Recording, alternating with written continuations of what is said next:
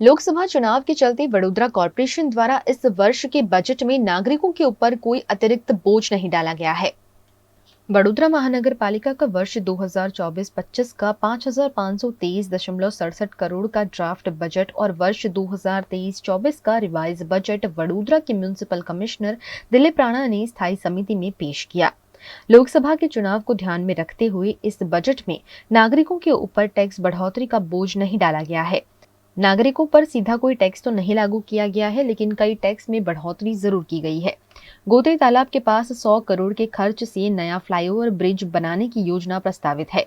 वहीं पूरे वडोदरा शहर में 6 ब्रिज बनाने की बात बजट में पेश की गई है। અત્યારે કહી શકાય કે કર દરમાં વધારા વિનાનું બજેટ સર્વાંગી વિકાસ, આંતરમાળખાકીય સુવિધા અને ટેકનોલોજી અને ગ્રીન એનર્જી અને વેગ આપવાવાળું બજેટ છે। આવનારા સમયમાં વડોદરાની આંતરમાળખાકીય સુવિધામાં વધારો થાય, લોકોની સવલતમાં વધારો થાય, વડોદરા સિટી વધુ લિવેબલ લવેબલ બને, વધુ સુંદર બને એ પ્રમાણેનું માન્ય કમિશનર દ્વારા બજેટ રજૂ કરવામાં આવ્યું છે। જે 2023-24નું ડ્રાફ્ટ બજેટ હતું એની રકમ 5,327.68 કરોડની છે અને 2024-25નું જે ડ્રાફ્ટ બજેટ છે એ 5,523.67 કરોડનું રજૂ કરવામાં આવ્યું છે। આગામી દિવસોમાં તમામ સ્થાયીના સભ્યો અને અધિકારીઓ સાથે ચર્ચા વિચારણા કરી અને આમાં સુધારા વધારા સૂચવવામાં આવશે। 5,523.67 करोड़ के बजट में 1,650 करोड़ रुपए विकास के नाम पर खर्च होंगे। पिछले साल वडोदरा म्युनिसिपल कमिश्नर द्वारा साल 2023-24 का वडोदरा कॉर्पोरेशन के इतिहास का सबसे बड़ा बजट 4,761.93 करोड़ का मंजूर हुआ था और इस बार इस बजट में 497 करोड़ ज्यादा का बजट पेश किया गया है, जिसमें 10 साल के लिए पानी का आयोजन, ring road, 24 e charging station समेत के कई कार्य शामिल किए गए हैं। पाणी पुरवठाना, ड्रेनेजना ए महत्तम कामों अमे कर्या छे अने विविध 748 जेटला कामोनुं पण आयोजन हाथ धरेल छे। एटले वध साथेनुं आ अमे बजेट आप समक्ष रजू कर्युं छे। आ वखते अमे कोई कर वधारानो इम्पोज करवा मांगता नथी, पण अमे जे ई व्हीकलने प्रोत्साहन मळे अने वडोदरा ई व्हीकल माटे વધારેમાં વધારે લોકોને ઈ વ્હીકલ લે એની માટેના અમે અત્યારે ચાર્જિંગ સ્ટેશનો ઊભા કર્યા છે। 24 જેટલા ચાર્જિંગ સ્ટેશનો બનવાના ગતિમાં છે। એની માટે થઈને અમે જે ઈ વ્હીકલ ખરીદે એમાં ટેક્સમાં થોડોક એમને લાભ મળે એની માટે ટેક્સ રિબેટ જેવું એમાં અમે કર્યું છે।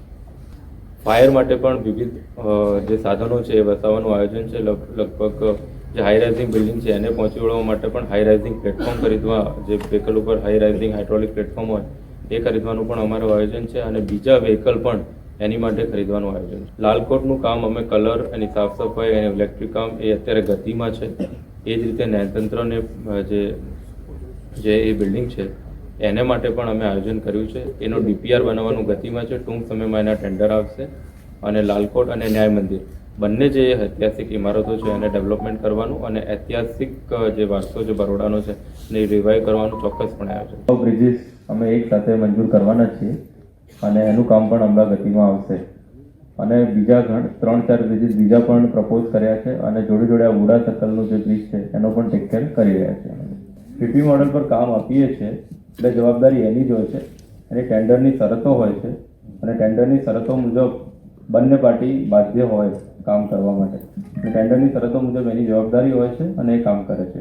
તો પીપીપી મોડલ હેઠળના જેટલા પણ કામો આપવામાં આવેલા છે, અતાપી હોય કે આ લેક ઝોન હોય, ત્યાં ગેરકાયદે દબાણો થઈ ગયા છે। ટેન્ડરની શરતો પ્રમાણે આ કામો થતા નથી, તો કોર્પોરેશન ક્યાં નબળું છે કે કોર્પોરેશન કોઈના દબાણના વશ થઈને ત્યાં આવા ગેરકાયદે બાંધકામો થવા દે છે? એનું ઉદાહરણ અતાપી પણ છે અને આપણું આ અત્યારે લેક ઝોન એવું ગેરકાયદે બાંધકામો કેમ થવા દે છે? કોણ મંજૂરી આપે છે? કોર્પોરેશનની મંજૂરી વગર આ બધા કામો થાય છે?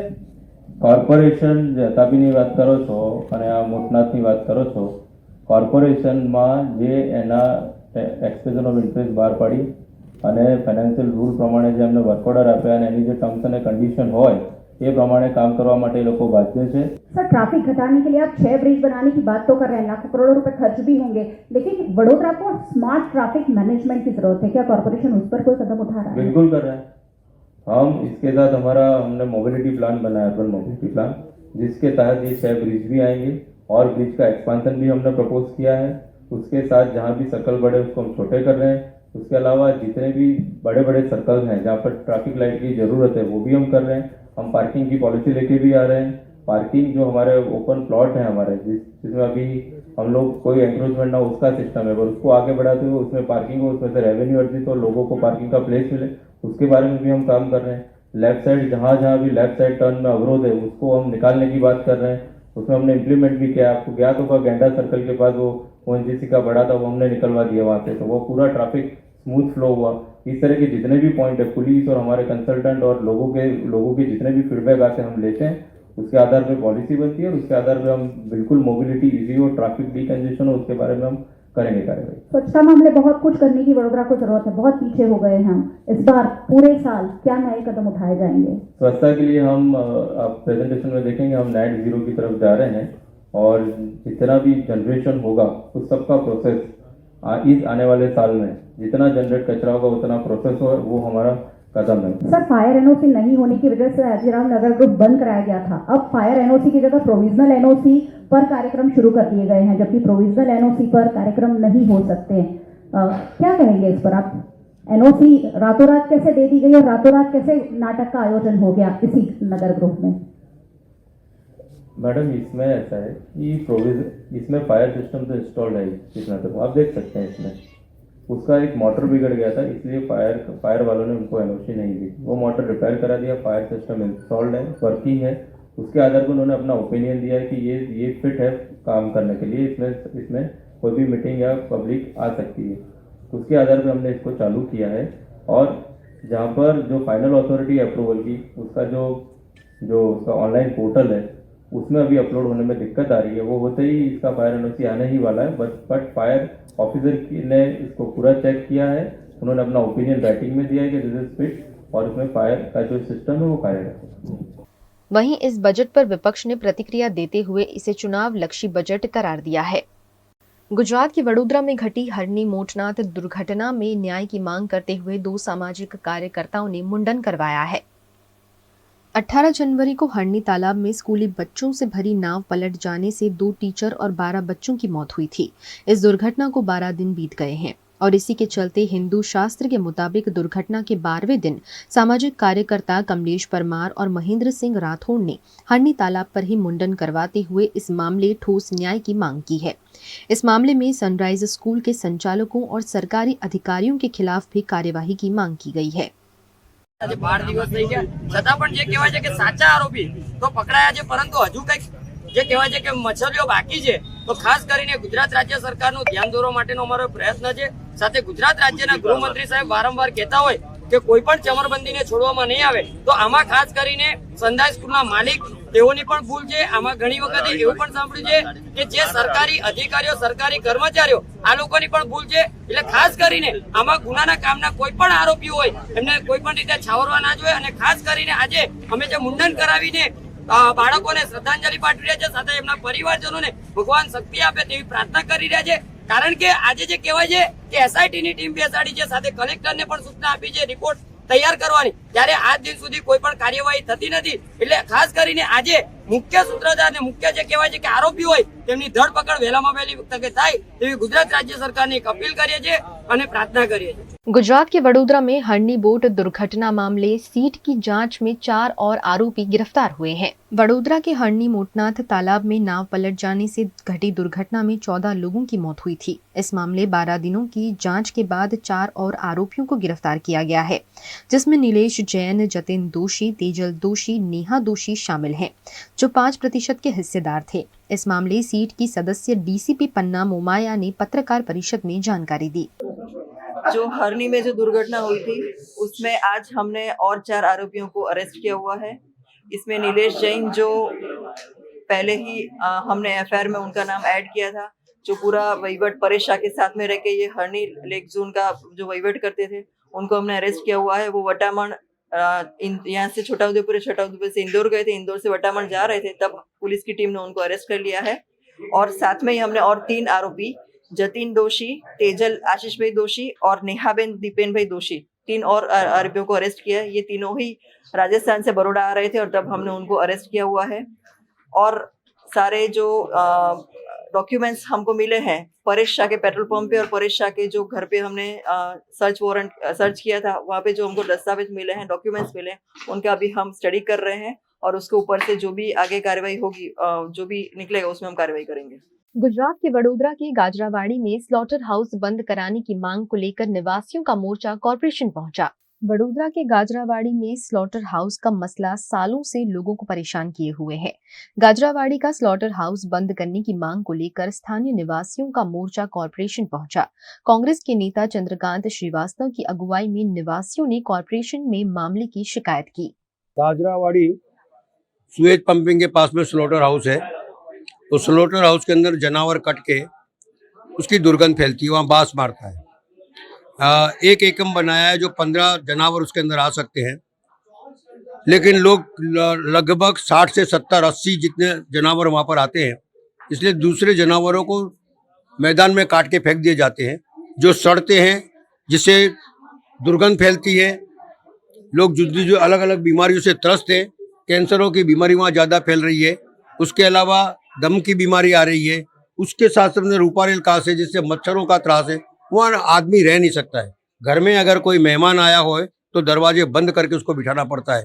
वहाँ पर लड़कियों की शादी नहीं होती है, वहाँ पर लड़कों की शादी इसलिए नहीं होती है कि वहाँ बहू आएगी तो दुर्गंध से कैसे रहेगी। ये प्रमाण का स्मार्ट सिटी की बात करने वाले लोगों से मैं कहना चाहता हूँ कि जाकर देखो गाजरावाड़ी में लोगों की क्या परिस्थिति, किस तरह से परिवार रहता है।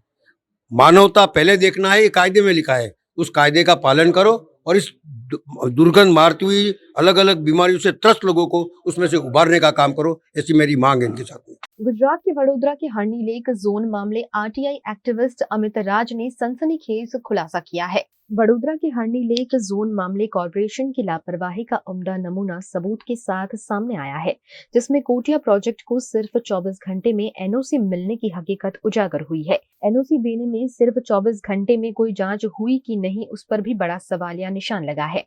ऐसे में आरटीआई एक्टिविस्ट अमित राज ने वडोदरा के म्युनिसिपल कमिश्नर दिलीप राणा को आवेदन देकर इस मामले अधिकारियों पर कानूनी कार्यवाही की मांग की है। ये हरनी लेक जोन के अंदर जो दुर्घटना हुई है, उसमें जो बच्चे मारे गए और शिक्षिका मारी गई, उसके अनुसंधान में मैंने कॉर्पोरेशन को जागृत करने के लिए एक आवेदन पत्र दिया है। इसमें मैंने पुरावे के साथ, प्रूफ के साथ दिया है कि 9/4/2019 को जो कोटिया प्रोजेक्ट के कंसर्न कॉन्ट्रैक्टर है, उन्होंने कॉर्पोरेशन में फ्यूचरिस्टिक प्लानिंग को लिखित में दिया कि मुझे भाई यहाँ की काम मेरा खत्म हो चुका है, मुझे एनओसी चाहिए।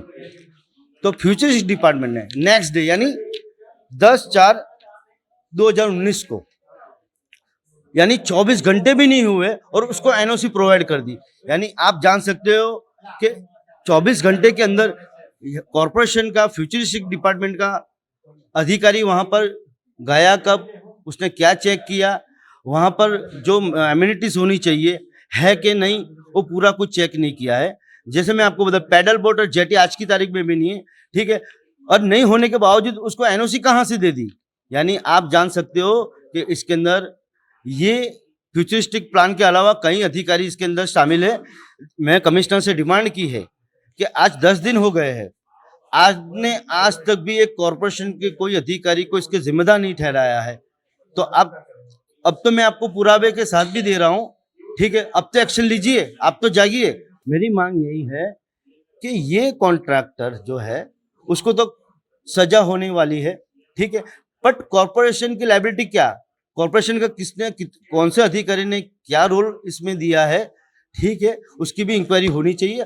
और अभी तो फिलहाल जो भी हो उसको तुरंत सस्पेंड करना चाहिए। उस टाइम के जो भी फ्यूचरिस्टिक डिपार्टमेंट के इंजीनियर थे, ठीक है, उन्होंने गलती की, बट अभी के जो फ्यूचरिस्टिक डिपार्टमेंट के है, ठीक है, उन्होंने क्या देखा। अगर उन्होंने सही ढंग से इंक्वायरी की होती या 15-20 दिन के बाद रेगुलर रूटीन में गया चेक किया होता, तो जो बच्चों के मृत्यु हुई है वो नहीं होती। यानी इसमें जिम्मेदार पुराने फ्यूचरिस्टिक प्लान के डायरेक्टर भी है और इसके भी डायरेक्टर जवाबदार है।